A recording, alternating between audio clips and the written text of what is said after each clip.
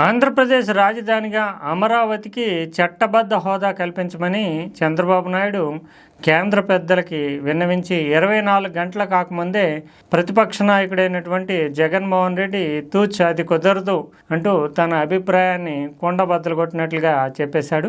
అందులోని నేషనల్ మీడియాతో మాట్లాడుతూ ఆయన అసలు అమరావతి అనే దానికి లేదంటే దేశంలో దేనికైనా రాజధాని అనేటటువంటి భావన రాజ్యాంగంలోనే లేదు అనడం ద్వారా తన అభిప్రాయాన్ని ఆయన స్పష్టంగానే చెప్పాడు. ఎందుకంటే చాలా కాలం పాటు ఈ కాన్సెప్ట్ అమరావతి రాజధాని అనే కాన్సెప్ట్ చంద్రబాబు నాయుడు తీసుకున్నప్పటి నుంచి వైఎస్ఆర్ కాంగ్రెస్ పార్టీ పోరాటం చేస్తున్నది. అంటే అది ప్రత్యక్షంగా చేస్తుంది, పరోక్షంగా పర్యావరణవేత్తల రూపంలో లేదంటే ప్రజల రూపంలో న్యాయస్థానాల్లోని గ్రీన్ ట్రిబ్యునల్స్లోని పోరాటం చేస్తుంది. ఇక 2019లో అధికారంలోకి వచ్చిన తర్వాత పూర్తి స్థాయిలో ప్రాజెక్ట్నే పక్కన పెట్టి 3 రాజధానులు అంటూ కొత్త విధానాన్ని ఇంప్లిమెంట్ చేయడానికి ప్రయత్నం చేస్తూ అప్పుడు కూడా లీగల్గా ఫైట్ చేసినటువంటి వాతావరణం.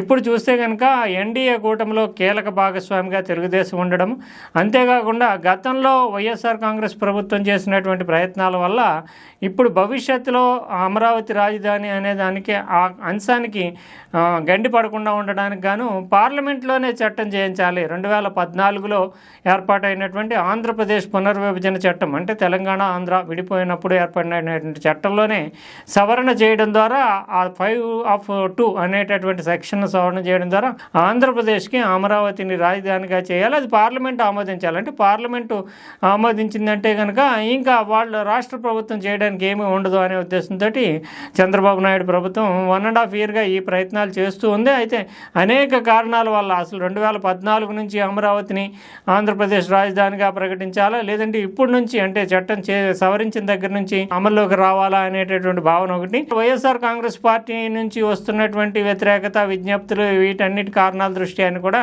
కొంత కేంద్రం సంశయిస్తుంది. అయితే చంద్రబాబు నాయుడు తాజాగా మళ్ళీ మరో 30-40 వేల ఎకరాలు రెండవ దశ భూ సమీకరణ చేయాలని ప్రయత్నిస్తున్న నేపథ్యంలో ఖచ్చితంగా కేంద్రం చట్టం చేస్తే తప్ప ప్రజల్లో అంటే ప్రత్యేకించి రైతుల్లో భూమి ఇవ్వడానికి ముందుకు రారు, వాళ్ళలో భరోసా రాదు. అందువల్ల కేంద్రం చట్టం చేస్తే కనుక రెండవ దశ భూ సమీకరణ ఈజీగా అయిపోతుందనే ఉద్దేశంతో కేంద్రం పైన ఒత్తిడి పెంచుతున్నారు. అంతేకాకుండా ఈ అంటే బడ్జెట్ సమావేశాల్లోనే కేంద్రం చట్టం చేయాలంటూ తాజాగా ఆయన కేంద్ర మంత్రులందరినీ కోరారు. ప్రధానమంత్రి కూడా ప్రత్యేకంగా విజ్ఞప్తి చేశారు. ఈ నేపథ్యంలో తన అభిప్రాయాన్ని స్పష్టంగా చెప్పడము, అంతేకాకుండా భవిష్యత్తులో తాము అధికారంలోకి వస్తే కనుక రాజధాని అనేటటువంటి కాన్సెప్ట్ ఏదైతే చంద్రబాబు నాయుడు తీసుకుని ముందుకెళ్తున్నాడో దాన్ని ఎట్టి పరిస్థితుల్లోనే ముందుకు తీసుకెళ్లే అవకాశం లేదు అన్నట్లుగా, అంటే డైరెక్ట్గా కాకపోయినా ఇండైరెక్ట్గా అసలు రాజధాని అనే కాన్సెప్టే లేదు. చంద్రబాబు నాయుడు కావచ్చు, జగన్మోహన్ రెడ్డి కావచ్చు, ముఖ్యమంత్రి ఎక్కడ కూర్చుంటే ఎక్కడ నుంచి పరిపాలన చేస్తే అదే రాజధాని అంటూ జగన్మోహన్ రెడ్డి చెప్పడం ఒకటి. మరోవైపు చూస్తే కనుక కృష్ణా రివర్ బేసిన్లో ఇది కడుతున్నారు, ఈ రాజధానిని కడుతున్నారు. నిజానికి ఒక బిల్డింగు రివర్ బేసిన్లో రావాలన్నా సరే పర్యావరణపరమైనటువంటి అనుమతులు తీసుకోవాల్సి ఉంటుంది, అబ్జెక్షన్స్ వ్యక్తం అవుతాయి. కానీ ఒక సిటీనే నిర్మిస్తామంటూ చంద్రబాబు నాయుడు ముందుకెళ్తున్నాడు. సుప్రీంకోర్టు దీన్ని దృష్టిలో పెట్టుకోవాలి, పరిగణనలోకి తీసుకోవాలి అంటూ ఆయన న్యాయస్థానాన్ని కూడా ఈ విషయంలో జోక్యం చేసుకోమని కోరారు. అయితే న్యాయస్థానాలు జోక్యం చేసుకున్నాయా లేదా, గతంలో ఏం జరిగింది అనే చరిత్ర మనం చూస్తే కనుక 2015లో నిజానికి ఆంధ్రప్రదేశ్ ఇక్కడ నుంచి అంటే ఆంధ్రప్రదేశ్ ప్రభుత్వము హైదరాబాద్ నుంచి 10 ఏళ్ల పాటు ఉమ్మడి రాజధానికి అవకాశం ఉన్నప్పటికీ ఇక్కడ నుంచి తరలి వెళ్ళి అమరావతిలో రాజధాని నిర్మించాలి అనేటటువంటి భావన వచ్చిన తర్వాత దానికి సంబంధించినటువంటి ప్రక్రియ మొదలుపెట్టిన తర్వాత కొంతమంది వైఎస్ఆర్ కాంగ్రెస్ పార్టీ నాయకులు, తర్వాత పర్యావరణవేత్తలు వీళ్ళంతా కలిపి కృష్ణా రివర్ బేసిన్లో ఈ రాజధాని నిర్మిస్తున్నారు, ఇది పర్యావరణ విఘాతము, ఆహార భద్రతకు నష్టం చేకూరుస్తుంది, తర్వాత కృష్ణా రివర్కి కనుక ఫ్లడ్స్ వరదలు వస్తే కనుక మునిగిపోతుంది అంటూ రకరకాల కారణాలతోటి నేషనల్ గ్రీన్ ట్రిబ్యునల్ని ఆశ్రయించారు.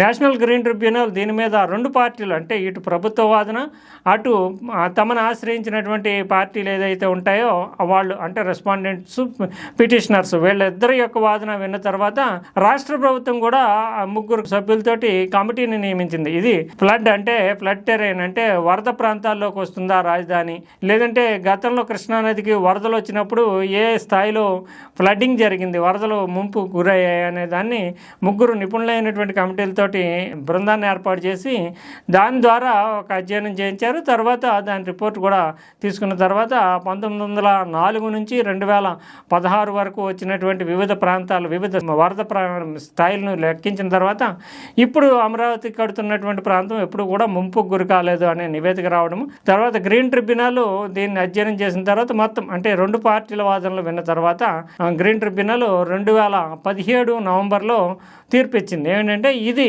వరద ప్రాంతంలోకి రాజధాని కట్టుకోవచ్చు, దీనికి ఏమీ అబ్జెక్షన్లు ఉన్నట్లుగా కనిపించట్లేదు అంటూ ఈ పిటిషన్లని కొట్టేసి క్లియరెన్స్ ఇచ్చింది. ఒక రకంగా నేషనల్ గ్రీన్ ట్రిబ్యునల్ రాజధానికి క్లియరెన్స్ ఇచ్చింది. ఆ తర్వాత మళ్ళీ ఈ తీర్పు ఏదైతే వచ్చిందో గ్రీన్ ట్రిబ్యునల్ నుంచి దాన్ని కొట్టివేయాలి, డిస్మిస్ చేయాలంటూ వైఎస్ఆర్ కాంగ్రెస్ పార్టీ నాయకులు కొంతమంది పర్యావరణవేత్తలు కలిపి సుప్రీంకోర్టును కూడా ఆశ్రయించారు.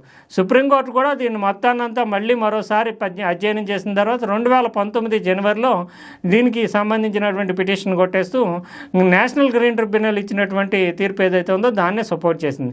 ఆ మేరకు జరిగిన తర్వాతే 2019లో మళ్ళీ వైఎస్ఆర్ కాంగ్రెస్ పార్టీ ప్రభుత్వం అధికారంలోకి రావడం, తర్వాత 3 రాజధానులు అంటూ మరో బిల్లును చట్టాన్ని తీసుకొచ్చి దాని ద్వారా హైదరాబాద్తో పాటు అప్పటికి కూడా హైదరాబాద్ ఇంకా రాజధానిగానే ఉంది, ఇక్కడ కొన్ని బిల్డింగ్లు కూడా ఉన్నాయి, దీన్ని అడ్డు పెట్టుకుంటూ కొత్త రాజధానిగా హైదరాబాద్ ఆల్రెడీ ఉమ్మడి రాజధానిగా ఉంది, ఆ ఉమ్మడి రాజధాని ఇంకో కొద్ది కాలంలో అయిపోతుంది కనుక 5 ఏళ్ల కాల వ్యవధిలో ఇప్పుడు మేము 3 రాజధానులు తీసుకుంటున్నాం అంటూ విశాఖపట్నాన్ని, కర్నూలుని, అమరావతి అప్పటికే చట్టం చేసి ఉన్నారు. ఎందుకంటే అమరావతి రైతుల నుంచి భూమి సమీకరణ చేసినప్పుడు ఇది రాజధాని అనేటటువంటి క్లాస్ తోటి తీసుకున్నారు కనుక అమరావతిని కేవలం శాసన వ్యవహారాలు నడుపుతామంటూ అప్పుడు మరో చట్టం చేయడానికి అది కోర్టుల్లో చాలా పిటిషన్లు వెళ్ళడము, తర్వాత దాని మీద 5 ఏళ్ల కాల వ్యవధి జరగడము, రాజధాని పనులన్నీ ఆపేయడం ఇవన్నీ జరిగింది. ఇదంతా చరిత్ర. అయితే మళ్ళీ మొదలెట్టడం అనేటటువంటి దానికి ప్రక్రియ తీసుకొచ్చి ఈ ప్రభుత్వం అధికారంలోకి వచ్చిన తర్వాత ఇంకా క్లియర్గా గ్రీన్ సిగ్నల్ వచ్చేసింది, చంద్రబాబు నాయుడు ముందుకెళ్ళిపోతున్నాడు, ఎన్డీఏ ప్రభుత్వంలో భాగస్వామి, కేంద్రం సపోర్ట్ చేస్తుంది,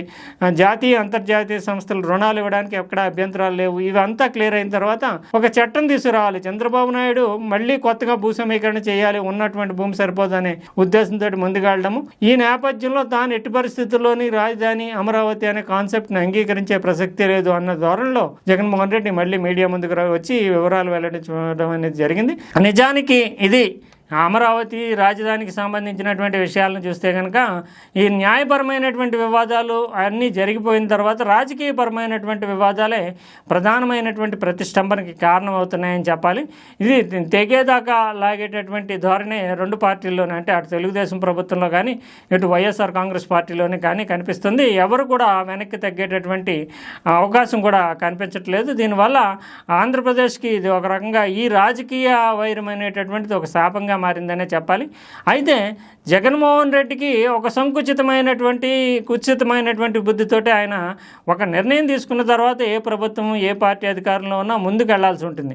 కానీ వేల కోట్ల రూపాయల నిధులతో ముడిపడినటువంటి పనులను కూడా పక్కన పెట్టేస్తాను, ఎట్టి పరిస్థితుల్లో ముందుకెళ్ళను అనేటటువంటి ఆ సంకుచితమైనటువంటి ధోరణి జగన్మోహన్ రెడ్డిలో కనిపిస్తుంటే చంద్రబాబు నాయుడులో కూడా ఓవర్ యాక్షన్ అంటారు చూసారా, అతి, అంటే నిజానికి అవసరాన్ని మించినటువంటి అతి, ప్రజల్ని భ్రమంలో పెట్టాలనేటటువంటి భావన చంద్రబాబు నాయుడులో ఉంటుంది. నిజానికి ఇప్పటి వరకు సేకరించినటువంటి భూ సమీకరణకు సంబంధించి రైతులకు ఇంకా పూర్తిగా న్యాయం జరగలేదు, నిర్మాణాలు జరగలేదు. మరోవైపు మళ్ళీ ఒక 40,000 ఎకరాలు భూమి సమీకరిస్తామంటే అదే ఒక అతిశయోక్తిగానే చెప్పాల్సి ఉంటుంది. అందులోని ఎందుకు సమీకరిస్తారంటే అంతర్జాతీయ విమానాశ్రయం కడతామంటారు. అది నిజానికి ఇంతవరకు గ్రామంగా ఉంది. అందులోనే 60 కిలోమీటర్ల పరిధిలోనే విజయవాడ ఎయిర్పోర్ట్ ఉంది.